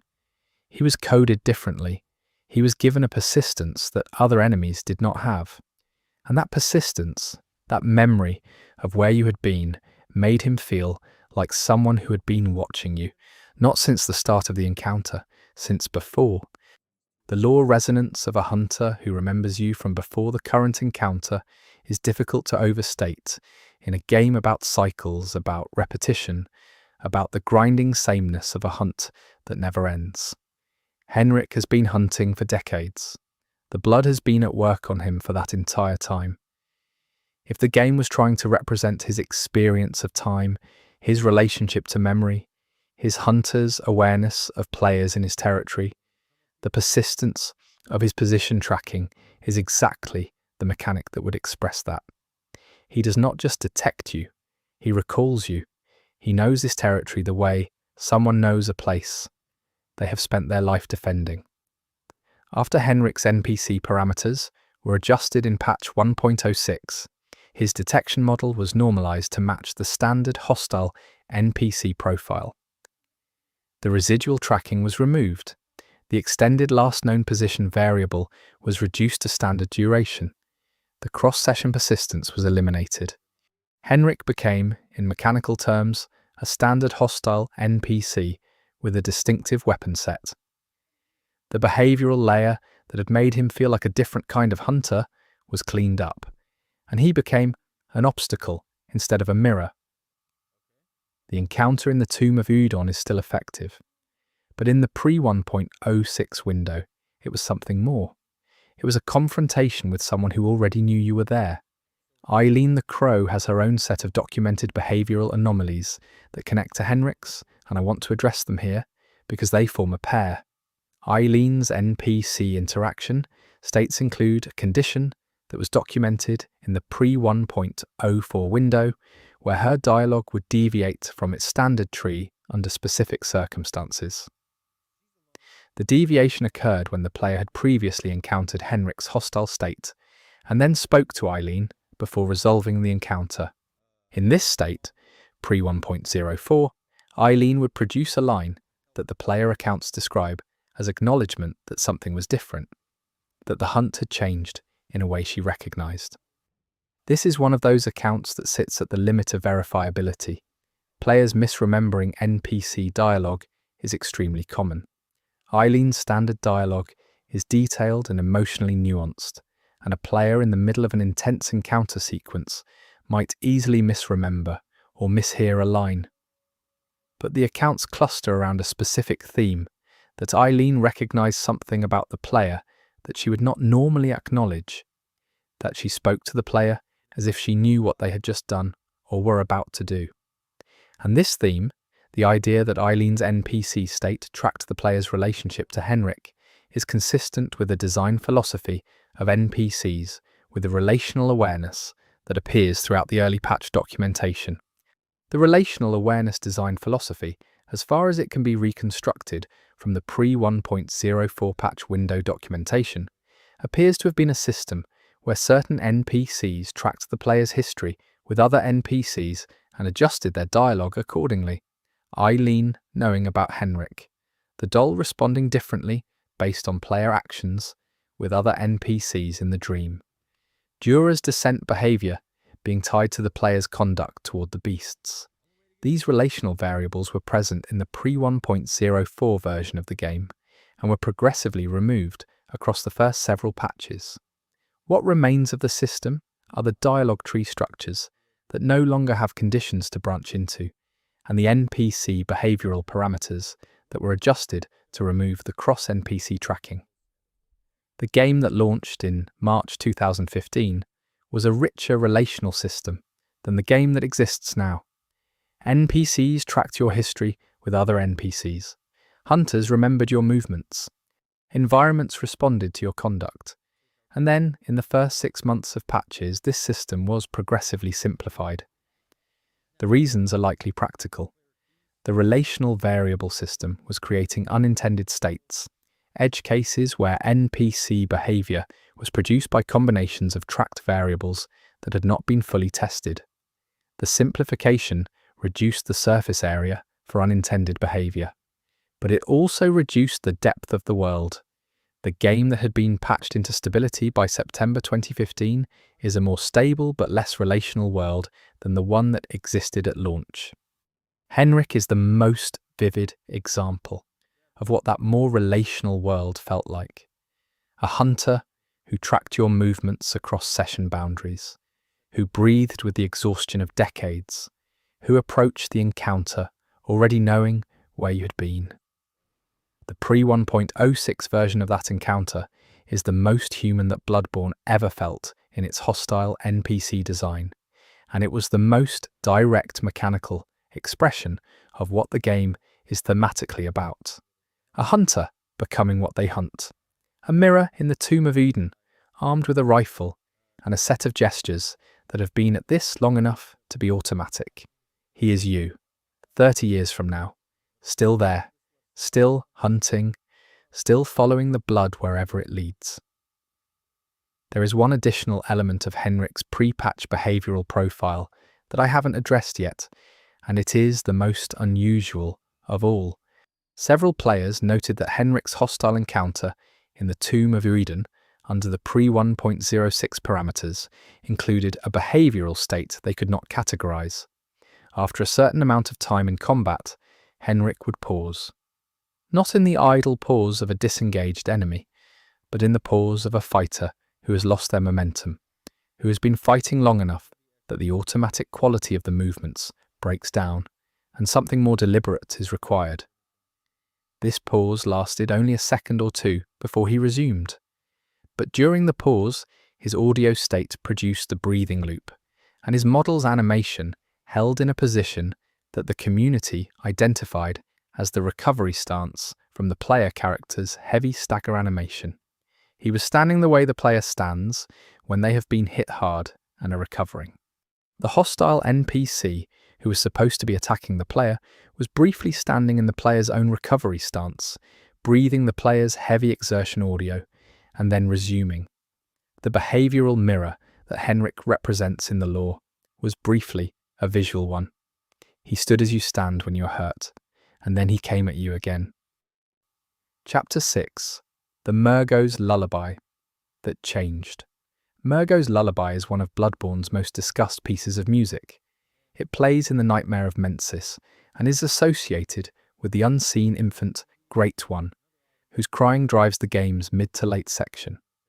The lullaby is haunting and deliberate and has been analysed extensively in terms of its musical structure, its tonal relationship to other pieces in the score, and its emotional function within the game's narrative arc. What has been less discussed is that the lullaby changed. Not in the sense that it was altered between development versions, although that is also documented, but in the sense that under specific in-game conditions, in the pre-1.04 window, the lullaby's playback behaved differently than it does now. The most reported version of this anomaly involves the lullaby's response to the player's death in the nightmare. In the shipped game, dying in the Nightmare of Mensis and respawning at a lantern results in the standard respawn audio sequence, followed by the area's ambient music reinstating at its normal playback position. The lullaby, if playing, restarts or continues, depending on the audio system's state. In the pre-1.04 window, several players reported that dying in specific locations in the nightmare caused the lullaby to continue playing through the death animation, through the loading screen, and into the respawn sequence before abruptly cutting out. The lullaby did not stop when the player died. It played through death. This is an audio system behavior that should not be possible. Music tracks in Bloodborne are tied to player state and area state variables. A death event should interrupt area-specific audio. The fact that the lullaby continued playing through death into the loading screen suggests that in the pre-1.04 state, it was not being treated as area audio. It was in a different category, one that persisted through state transitions that would normally interrupt audio playback. Someone had classified Murgo's lullaby as a different kind of sound. The lore implication is that Murgo's crying and the lullaby associated with it is not something that the player's death can interrupt. The Nightmare of Mensis is built around Murgo's presence, and Murgo is an unconceived Great One, an infant whose existence persists across conditions that would terminate normal existence. The lullaby playing through death fits this characterization. It fits the idea that what you hear in the nightmare is not produced for your benefit, is not a piece of the environment that turns off when you leave. It persists because it is not for you. It was playing before you arrived. It will play after you die. It was playing during the death screen. Whether this behavior was intentional or an implementation artifact is genuinely unclear. It was present in the pre-1.04 window and absent after patch 1.04 adjusted the audio classification system. The adjustment could have been a bug fix, a correction of an audio file that was incorrectly categorized.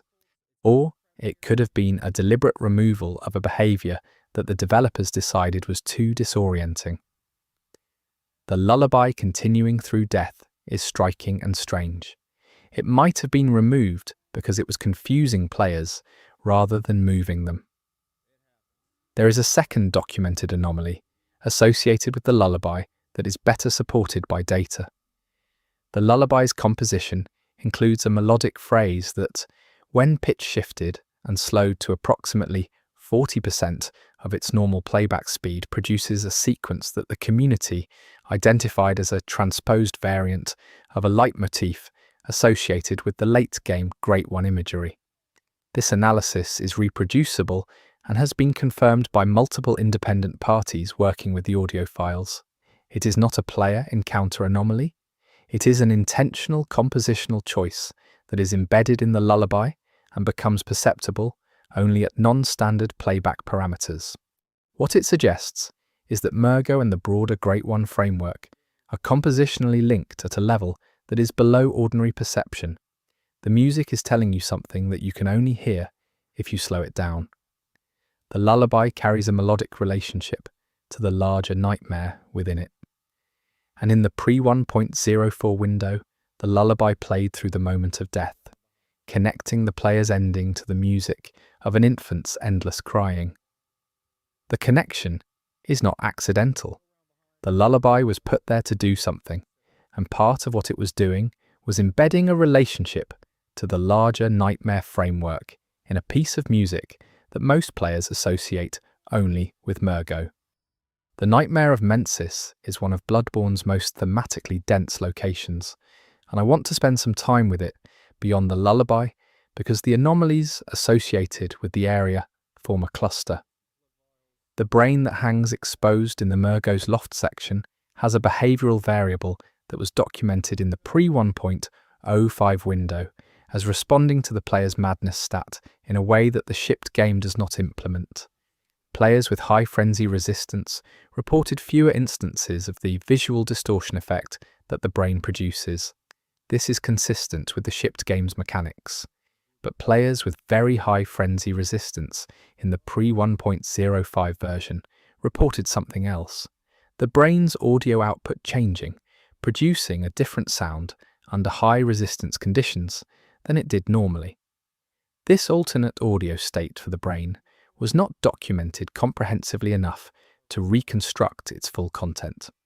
The accounts describe it as quieter, more organized, less chaotic than the standard brain audio, as if something beneath the noise became briefly audible when the player was resistant enough to it. Whether this represents an intentional design choice, a layered audio state that rewarded players who had prepared appropriately for the area, or whether it was an artifact of how the frenzy resistance variable interacted with the audio system under high values, is not clear from the accounts. But the concept it embeds is coherent. If you are resistant enough to what the brain is projecting, you hear something different, something underneath. The architecture of Murgo's loft, the area surrounding the exposed brain, was designed with a sightline from the loft exterior that very few players notice.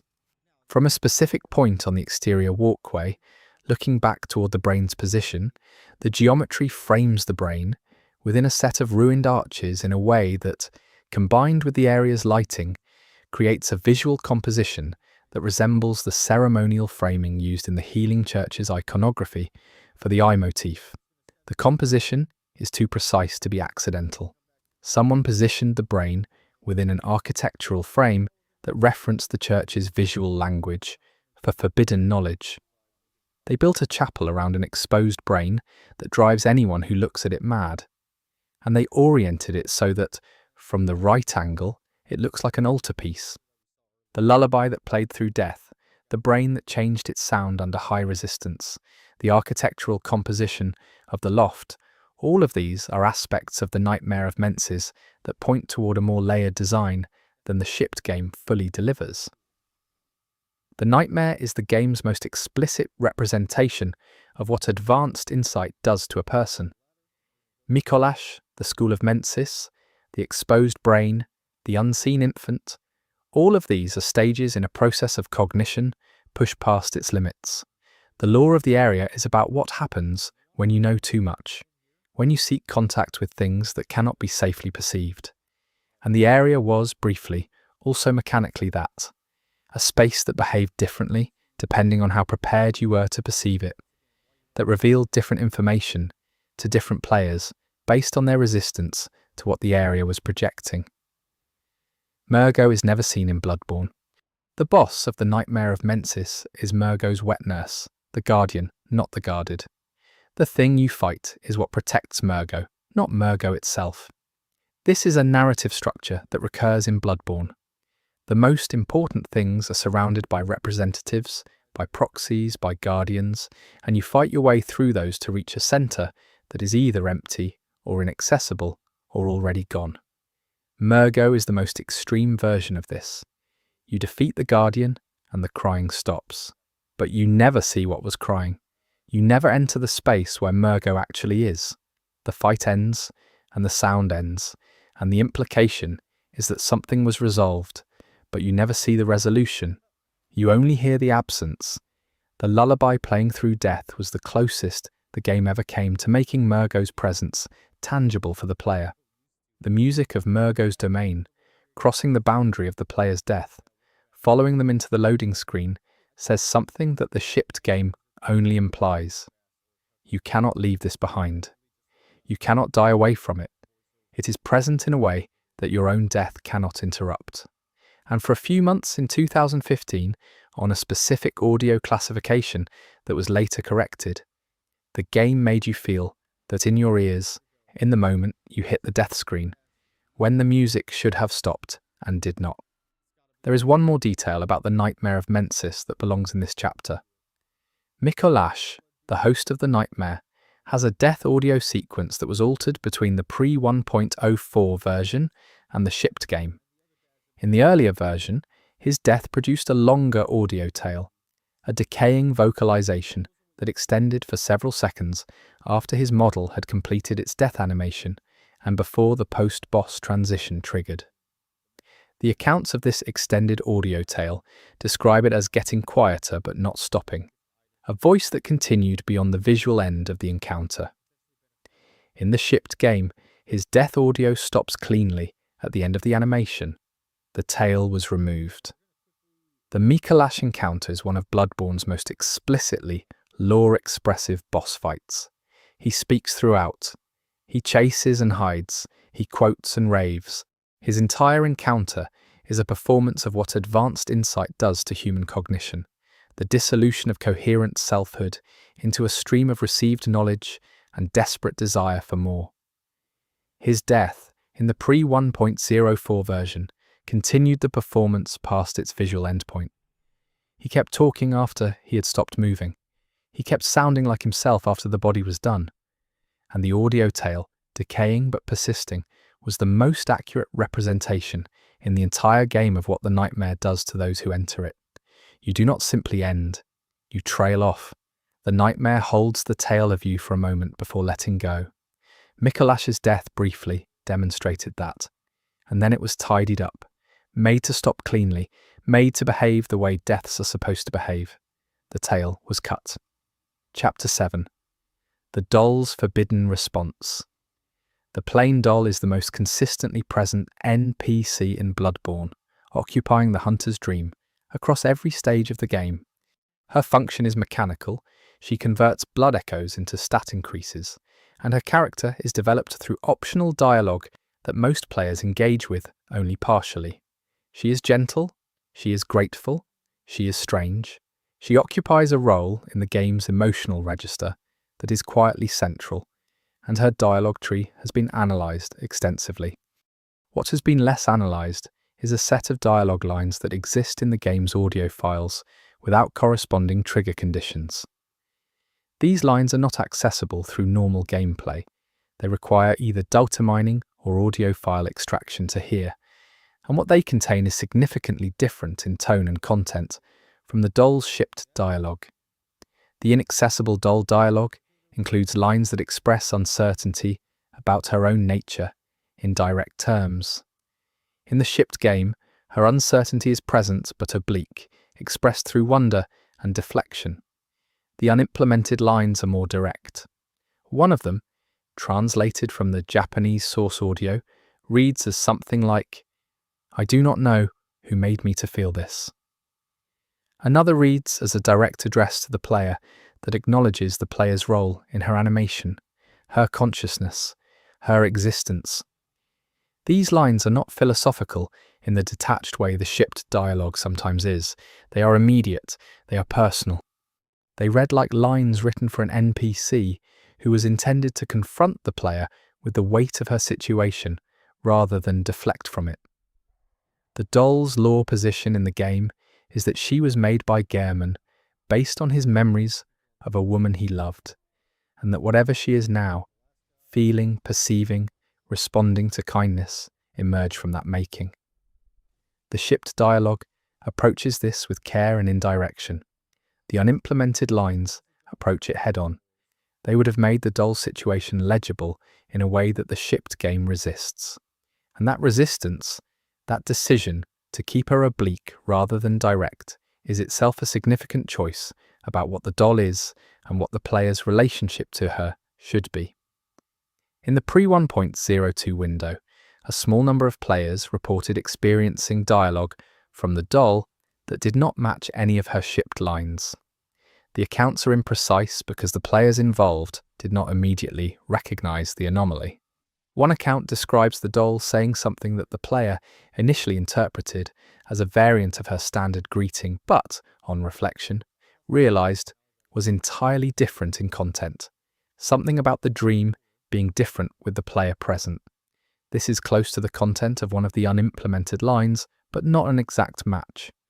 Another account describes a line that expressed something like loneliness, which the player initially dismissed as a mishearing of her standard dialogue before looking up her line list and finding no match. These accounts are difficult to evaluate.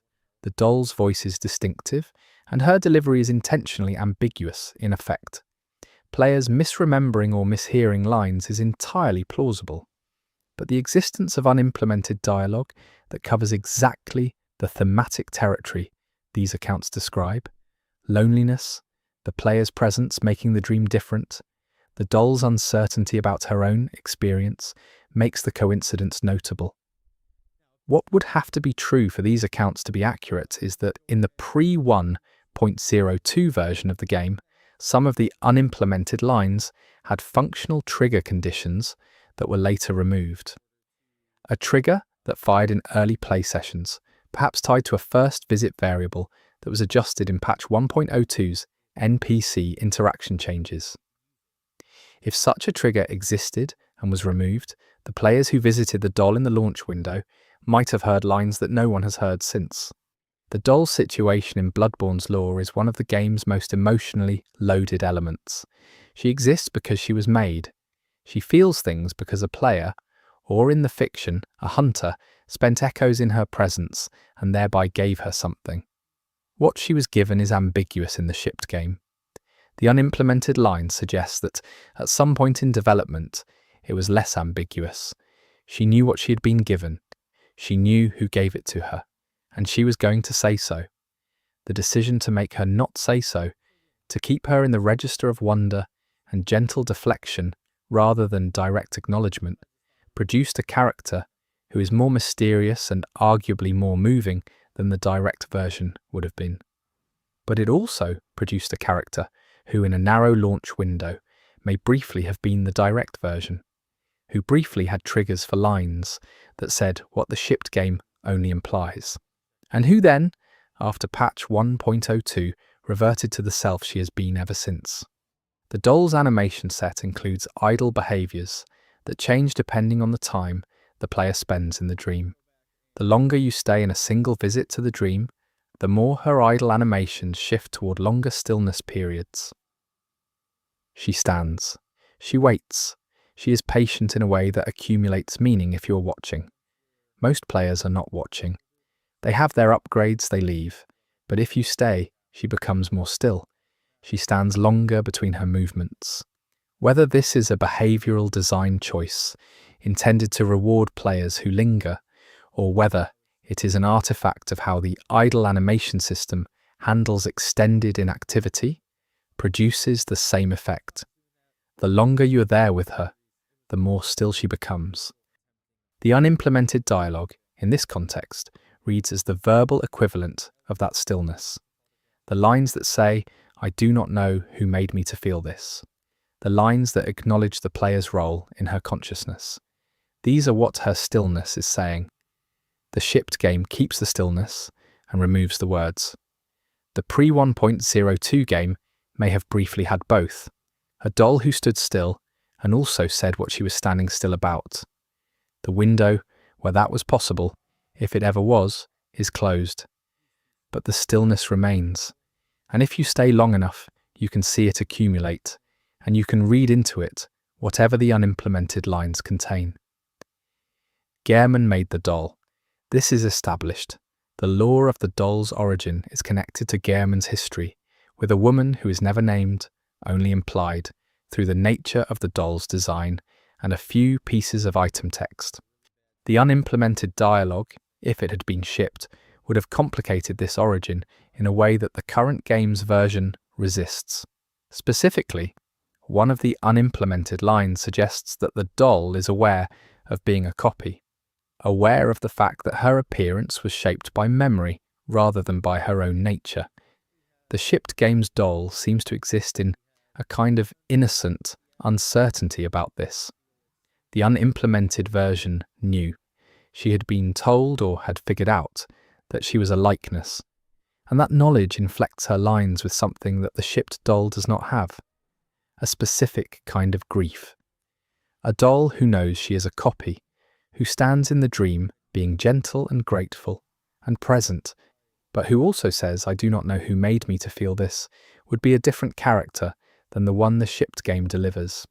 She would be someone who had been given feelings by a process she did not choose, modelled on a woman she never was, serving a function she did not design for herself, and doing all of this with grace because grace is what she was made for. The horror in that is quieter than most of Bloodborne's horror. It does not involve monsters or madness. It involves a being who is constructed to feel things and has no say in what she feels or why. The unimplemented dialogue brings that to the surface. The shipped dialogue keeps it under the surface, where the game keeps most of its worst truths. The doll's combat behaviour is another area worth noting. If the player attacks the doll, she does not fight back. She kneels and accepts it. This behaviour has been the subject of extensive community discussion, most of it focused on what it says about the player's ability to harm something that cannot harm them in return. But the behaviour also has a mechanical aspect that is rarely discussed. After taking damage, the doll's dialogue on the next interaction sometimes produces a different line than her standard greeting, one that acknowledges what happened. These alternate post-attack lines are in the shipped game. They fire under specific conditions, and their content is, in the doll's characteristic register of gentleness and indirection, a response to having been hurt. She does not accuse, she does not ask why, she simply speaks from a position that acknowledges that something happened and that she is still there. This is the shipped game's equivalent of the unimplemented direct lines. Instead of saying, "I do not know who made me to feel this," she says something gentler that gestures at the same territory. Instead of confronting the player directly with her constructed nature, she responds to harm with patience that implies she expected it. The shipped game keeps the indirection. The unimplemented dialogue removes it. And between those two versions of the doll is a design choice about how much the game is willing to let her tell you about herself. In the shipped version, she tells you through implication and behaviour. In the version that briefly existed and may briefly have been accessible in the launch window, she was going to tell you directly. There is one final element of the doll's pre-patch behavioural profile that I want to include here because it is the most poignant of all the items in this chapter. In the pre-1.02 window, the doll's response to the player leaving the dream, specifically to the player entering the fog transition that takes them out of the dream and into Yharnam, included an audio behaviour that post 1.02 versions do not have. Her ambient audio state, the subtle breathing loop that plays when she's in proximity, would continue for a fraction of a second after the transition animation began, after the player's model had begun to fade. She would still be breathing softly at the edge of the transition, a fraction of a second longer than the visual presence of the player in the dream. The audio lingered when the image did not. Whether this was an audio system lag, a trigger that was slightly delayed relative to the visual transition, or something more deliberately authored, the effect was the same. She breathed a moment longer after you left than the animation showed. She stayed with the sound of you for just a fraction of time after the image of you had gone. The post 1.02 version tightened the audio trigger to match the visual transition exactly. She stops when you leave now. But for a brief window she did not. For a brief window the dream held the sound of the player fractionally past their departure. The doll kept breathing after you had gone. Chapter 8. The third ending. That almost was Bloodborne has 3 endings. The first involves submitting to the moon presence and being reborn as an infant Great One. The second involves escaping the dream. The third involves a specific item-based resolution that changes the final confrontation's outcome. These 3 endings are the shipped game's complete ending suite, but there is evidence of a fourth. The evidence for a fourth ending exists in the game's file structure. there is a cutscene file designation that does not correspond to any of the 3 shipped endings. It is labeled in the internal asset system with a descriptor that the community has translated as something like the observer's end or the watcher's conclusion. This file designation points to a cutscene slot that contains no cutscene in the shipped game. The slot exists, the cutscene does not. Something was planned for that slot and was never finished, or was finished and then removed. Supporting this, the game's trophy list contains a reference that the community identified through early trophy data analysis as a potential 4th completion trophy.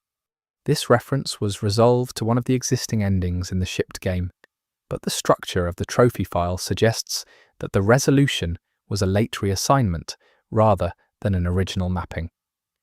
The original mapping, if the file structure is read as intended, would point to a completion event that none of the shipped endings describes.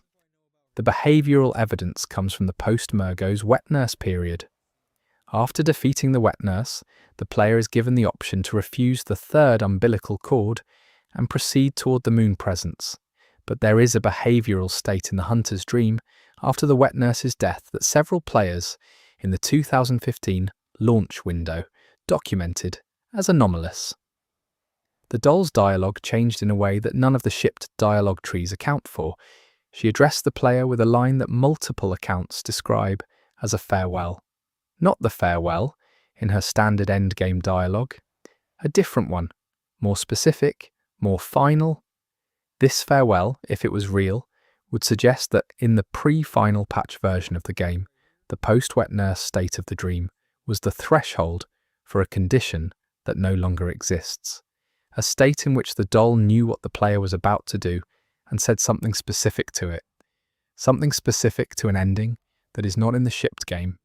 What the 4th ending might have been is speculative territory. The cutscene slot label, the observer's end or the watcher's conclusion, points toward an ending in which the player's role as witness, as the person who saw everything the game showed, was the ending condition. Not submission, not escape, not the umbilical cord. Simply the act of having seen everything, having been present for all of it.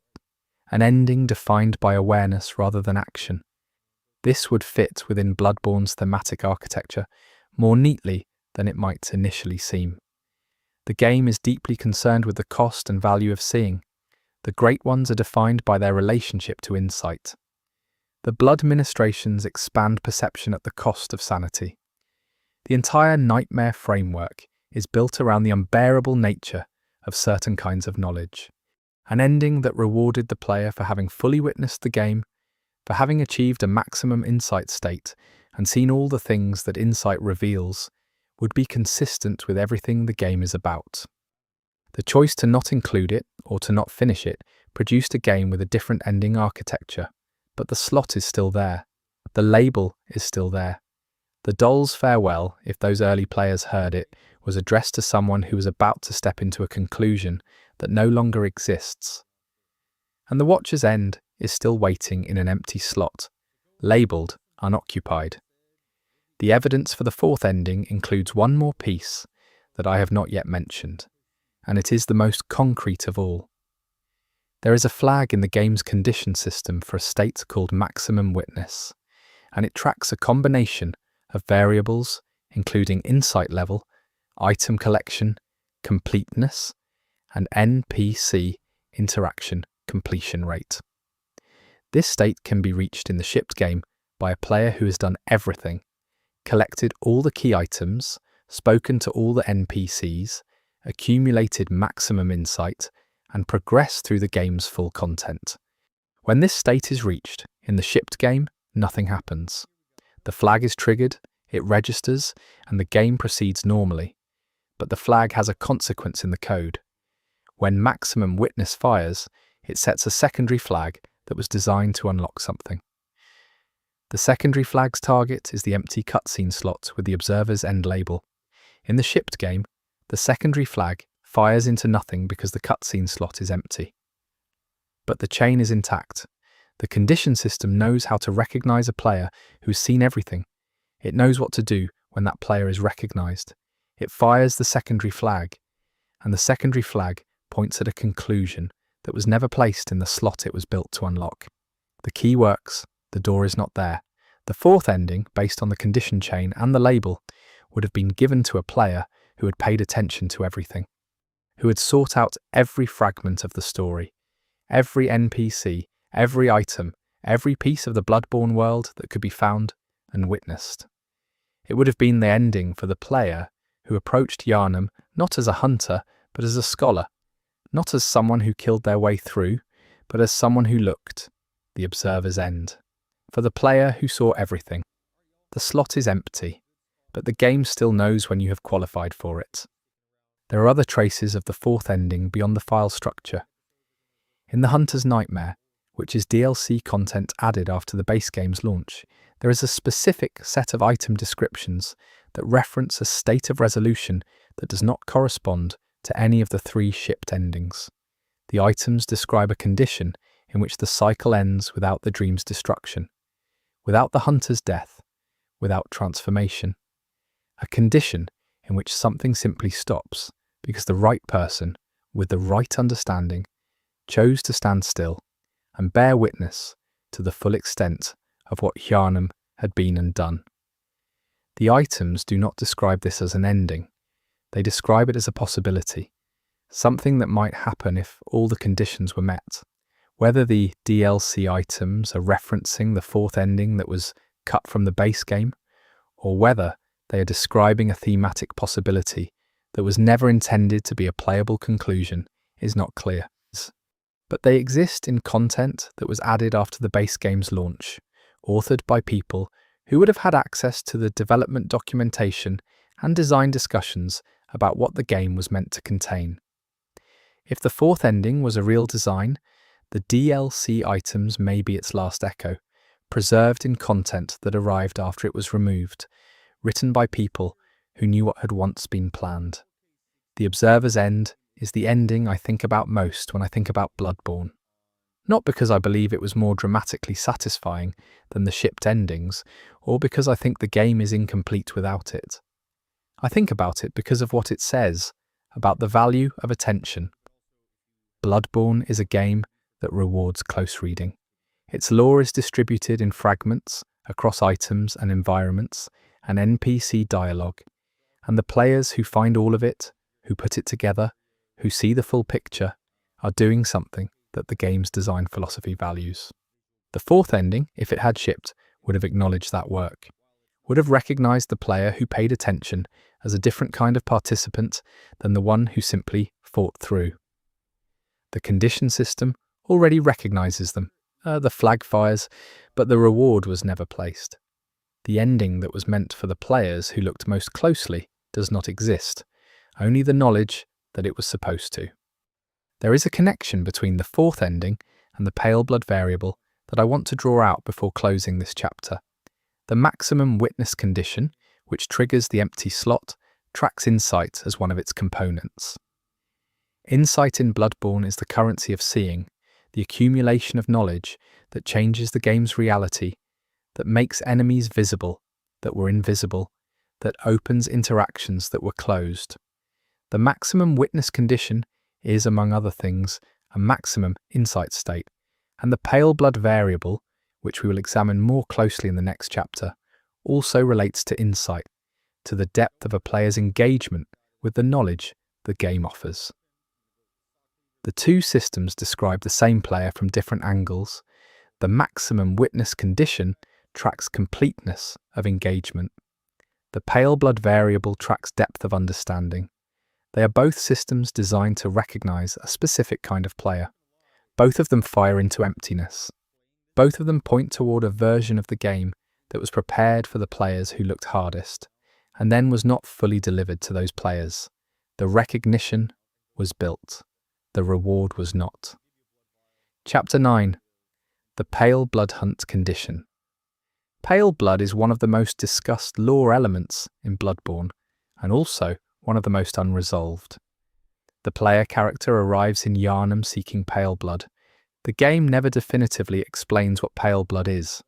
The community has produced several compelling interpretations, ranging from pale blood as the moon presence's influence, to pale blood as the player's own nature, to pale blood as a state of transcendence that the blood ministrations approximate but cannot achieve.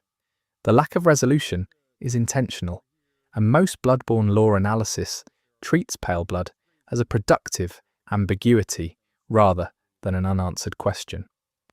But there is a game condition related to pale blood that is not ambiguous. It is mechanical, it exists in the code, and it describes a state that the player can approach but never fully enter in the shipped game.